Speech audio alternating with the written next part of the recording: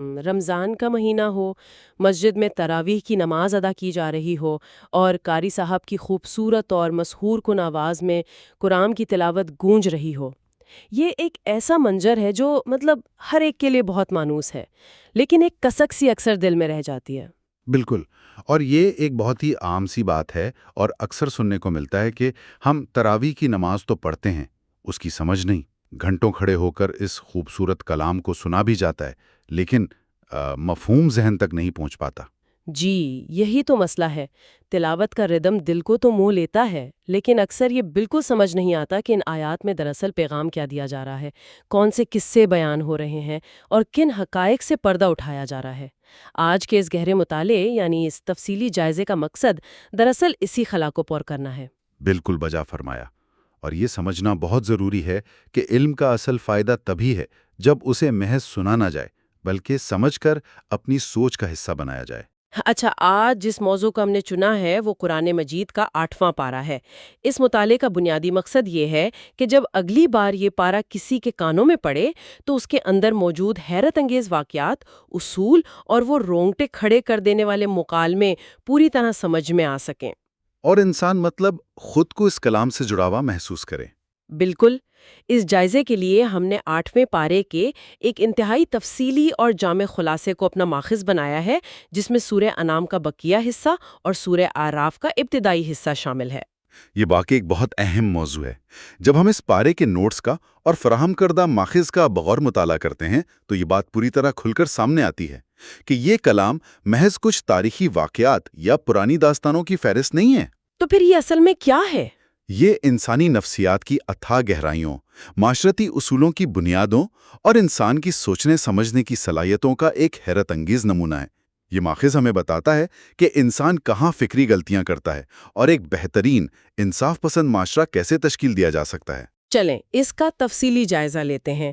8ویں پارے کا پہلا حصہ جو سورہ انعام کی بقیہ آیات پر مشتمل ہے، ہمارے ماخذ کے مطابق بنیادی طور پر 4 اہم باتوں پر زور دیتا ہے، اور اس کا آغاز ایک انتہائی جذباتی پہلو سے ہوتا ہے، یعنی رسول اللہ کو تسلی دینے سے۔ جی، وہ دور بہت کٹھن تھا۔ بالکل، ماخذ بتاتا ہے کہ اس دور کے ضدی اور ہٹ دھرم لوگ معجزات کا بیجا مطالبہ کرتے رہتے تھے۔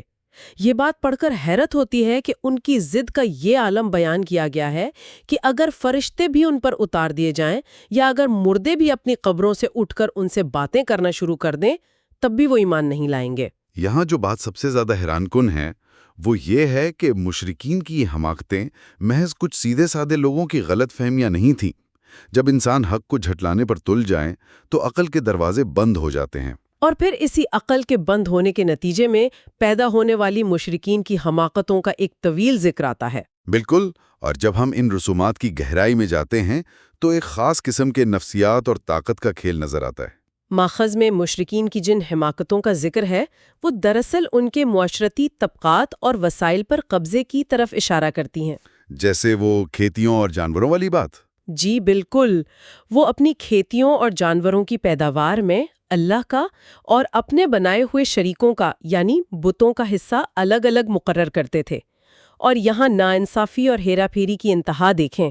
اگر بتوں کا حصہ غلطی سے اللہ کے حصے میں مل جاتا تو اسے فوراً الگ کر لیتے۔ یہ سوچ کر کہ خدا تو بے نیاز ہے، اسے کیا ضرورت؟ بالکل، لیکن اگر اللہ کا حصہ بتوں کے حصے میں چلا جاتا تو اسے برا نہ سمجھتے اور وہیں رہنے دیتے۔ یہ تو واقعی ایک کھلا دھوکہ تھا، اور ظاہر ہے کہ بتوں کا حصہ بت تو خود آ کر نہیں کھاتے ہوں گے۔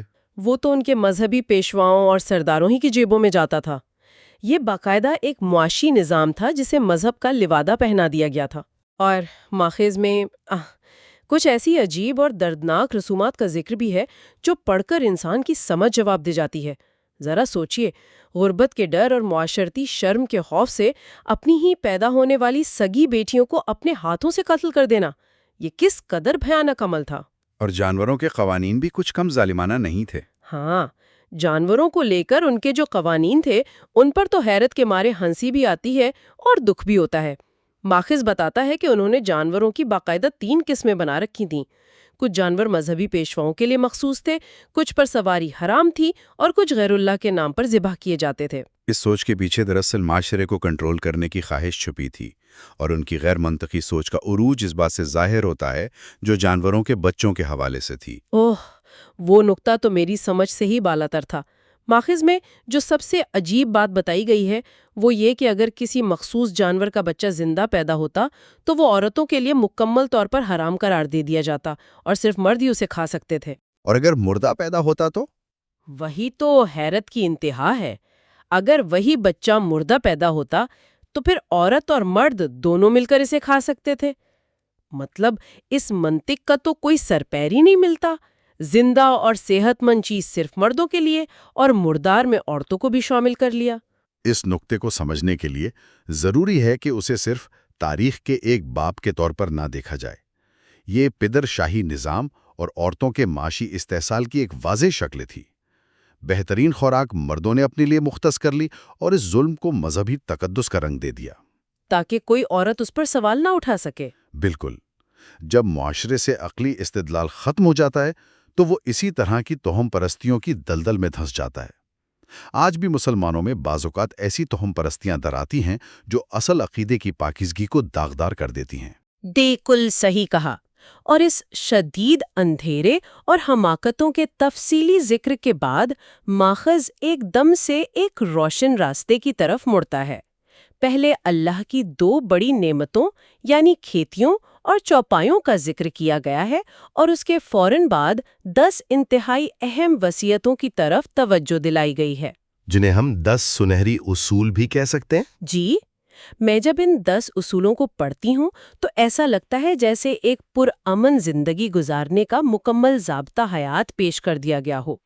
یہ اتنے سادہ اور طاقتور ہیں کہ اگر میں ان کی فہرست گنواؤں تو سب سے پہلے شرک نہ کرنا، پھر والدین سے حسن سلوک، اولاد کو قتل نہ کرنا، برائیوں سے بچنا، ناحق قتل نہ کرنا، یتیم کا مال نہ کھانا، ناپ تول پورا رکھنا، انصاف کے ساتھ بات کرنا، اللہ سے کیا گیا عہد پورا کرنا، اور آخر میں سیدھے راستے کی پیروی کرنا۔ اگر ہم اسے وسیع تر تناظر میں دیکھیں تو یہ محض مذہبی احکامات نہیں ہیں، یہ کسی بھی مہذب اور پرامن انسانی معاشرے کے کھڑے ہونے کی بنیاد ہیں۔ شرک سے بچنے کا مطلب یہ ہے کہ انسان دنیا کی تمام جھوٹی طاقتوں، خوف اور معاشرتی دباؤ کی غلامی سے آزاد ہو جائے۔ اور جو والدین کے ساتھ حسن سلوک اور اولاد کو قتل نہ کرنے کا حکم ہے، وہ خاندانی نظام کی حفاظت کی ضمانت ہے۔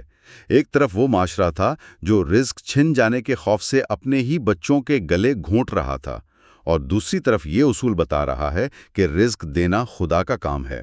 اور بات صرف خاندان تک محدود نہیں رہتی، ناپ تول میں پوری ایمانداری دکھانا، اور جب بھی بات کرو تو انصاف کے ساتھ کرو، یہ اصول آج بھی کسی بھی معاشرت کی جان ہے۔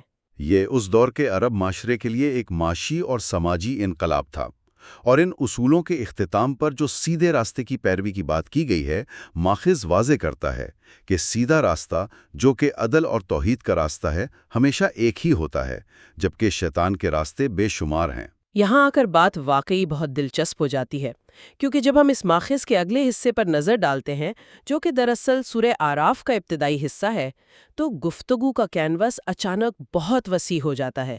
یہاں پوری انسانیت کو مخاطب کیا گیا ہے۔ جی، کسی ایک خاص گروہ کو نہیں۔ بالکل، ماخذ کے مطابق اس صورت میں 4 مرتبہ بڑے ہی جلال اور محبت کے ساتھ اے آدم کی اولاد یعنی یا بنی آدم کہہ کر پکارا گیا ہے۔ اس وسیع تر خطاب کا ایک بہت گہرا تاریخی پس منظر ہے جسے ماخذ نے اجاگر کیا ہے۔ پہلی 3 ندائیں لباس اور انسان کی ظاہری اور باطنی حیا سے متعلق ہیں۔ ہاں، وہ خانہ کعبہ کے طواف والی بات۔ بالکل، مشرکین خانہ کعبہ کا طواف مکمل برہنہ ہو کر کیا کرتے تھے، اور یہ جھوٹا دعویٰ کرتے تھے کہ اللہ نے ہی انہیں ایسا کرنے کا حکم دیا ہے۔ یہ آیات ان کے اس دعوے کا بھرپور رد کرتی ہیں اور واضح کرتی ہیں کہ اللہ کبھی بے حیائی کا حکم نہیں دے سکتا۔ اور چوتھی ندا؟ اس میں اللہ کے رسول کی پیروی کی ترغیب دی گئی ہے، نہ کہ ان خود ساختہ رسومات کی۔ لباس اور حیا کے ان احکامات کے بعد ماخذ ہمیں سیدھا مستقبل میں لے جاتا ہے۔ موت کے بعد کی زندگی اور جنت اور جہنم کا ایک ایسا منظر پیش کیا گیا ہے جس کا تصور کر کے رونگٹے کھڑے ہو جاتے ہیں۔ ماخذ میں جنتیوں اور جہنمیوں کے درمیان ہونے والے انتہائی ڈراماٹک مکالمے کا ذکر ہے۔ وہ واقعی ایک لرزہ دینے والا منظر ہے۔ جنتی جہنمیوں سے سوال کریں گے کہ کیا تمہیں اللہ کے وعدوں کا یقین آ گیا؟ جہنمی اقرار کریں گے اور بھوک پیاس سے بے حال ہو کر گڑگڑا کر کھانا پینا مانگیں گے۔ وہ التجا کریں گے کہ ان پر جنت کا کچھ پانی ہی انڈیل دیں۔ اور اس مکالمے کا آخری حصہ اس کی سنگینی کو عروج پر پہنچا دیتا ہے۔ جنتی جواب دیتے ہیں کہ اللہ نے کافروں پر اپنی نعمتیں حرام کر دی ہیں۔ یہ مکالمہ پڑھنے اور سننے والے کے ذہن پر ایک گہرا نفسیاتی اثر چھوڑتا ہے۔ بالکل، یہ انسان کو جھنجھوڑ کر رکھ دیتا ہے۔ یہ احساس دلاتا ہے کہ آج دنیا میں پانی جیسی نعمتیں جو بہت معمولی لگتی ہیں، ایک وقت آئے گا جب ان کا ایک قطرہ بھی میسر نہیں ہوگا۔ یہ انسان کو اپنے اعمال پر نظر ثانی کرنے پر مجبور کرتا ہے۔ اس ہولناک مکالمے کے بعد ماخذ اللہ کی قدرت کے شاندار دلائل کا ذکر کرتا ہے جو توحید کی طرف بلاتے ہیں۔ بلند آسمان، وسیع عرش، دن رات کا نظام، چمکتے ستارے، سورج، چاند، ہوائیں، بادل اور زمین سے اگنے والی نباتات۔ اس سے ایک اہم سوال پیدا ہوتا ہے۔ ان تمام قدرتی مناظر کے ذکر کے فوراً بعد انسان کی توجہ تاریخ کی 5 بڑی قوموں کی طرف کیوں دلائی گئی؟ قوم نوح، قوم عاد، قوم سمود، قوم لوط اور قوم شعیب کی طرف؟ جی، آخر کائنات کی وسعتوں سے نکل کر اچانک انسانی تاریخ کے تباہ شدہ کرداروں کی طرف آنے کا مقصد کیا ہے؟ ماخذ نے ان قصوں کے پیچھے موجود 5 حکمتوں کو بہت واضح بیان کیا ہے۔ پہلی حکمت تو رسول اللہ کو تسلی دینا ہے کہ پچھلے انبیاء کے ساتھ بھی ایسا ہی سلوک ہوا تھا۔ دوسری حکمت اچھوں اور بروں کا انجام دکھانا ہے، اور تیسری یہ ثابت کرنا ہے کہ اللہ کے ہاں دیر ہے، اندھیر نہیں۔ ظالم کی رسی کو ڈھیل ضرور دی جاتی ہے، لیکن پکڑ ایک نہ ایک دن ضرور ہوتی ہے۔ اور چوتھی حکمت عقلی لحاظ سے بہت زبردست ہے۔ وہ نبی کریم کے سچا ہونے کی دلیل؟ بالکل، یہ ثابت کرنا کہ ایک امی نبی جنہوں نے کسی دنیاوی استاد سے نہیں پڑھا، وہ ہزاروں سال پرانی قوموں کے حالات اتنی درستگی سے کیسے بیان کر سکتے ہیں، یہ رسالت کی ایک بہت بڑی دلیل ہے۔ اور 5ویں حکمت ہم تمام انسانوں کے لیے عبرت ہے۔ ان تمام باتوں کا اگر ہم ایک مرکزی نقطہ تلاش کریں تو وہ توحید ہے۔ ان 5 قوموں کے انبیاء نے ایک ہی دعوت دی کہ اللہ کو ایک مانو۔ اگر آج کا انسان بھی خالص توحید کو اپنا لے تو دنیا اور آخرت دونوں میں سرخرو ہو سکتا ہے۔ جب انسان صرف ایک رب کے سامنے جھکتا ہے تو وہ دنیا کی ہزاروں جھوکی طاقتوں اور توہم پرستیوں کی غلامی سے مکمل طور پر آزاد ہو جاتا ہے۔ یہ ذہن اور روح کی مکمل آزادی ہے۔ تو اس سب کا آخر مطلب کیا ہے؟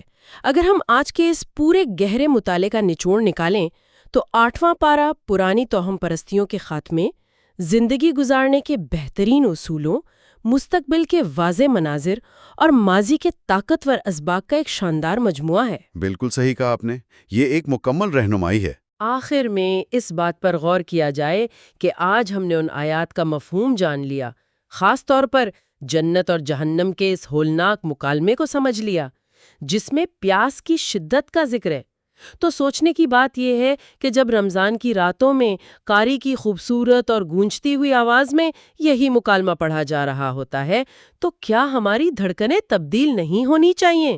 اگر قرآن محض ایک کتاب نہیں بلکہ ایک زندہ مکالمہ ہے تو ہم اپنی روزمرہ زندگی میں ایسے کتنے ہی الہامی مکالموں کو روزانہ سن کر بھی ان کا حصہ بننے سے محروم رہ جاتے ہیں۔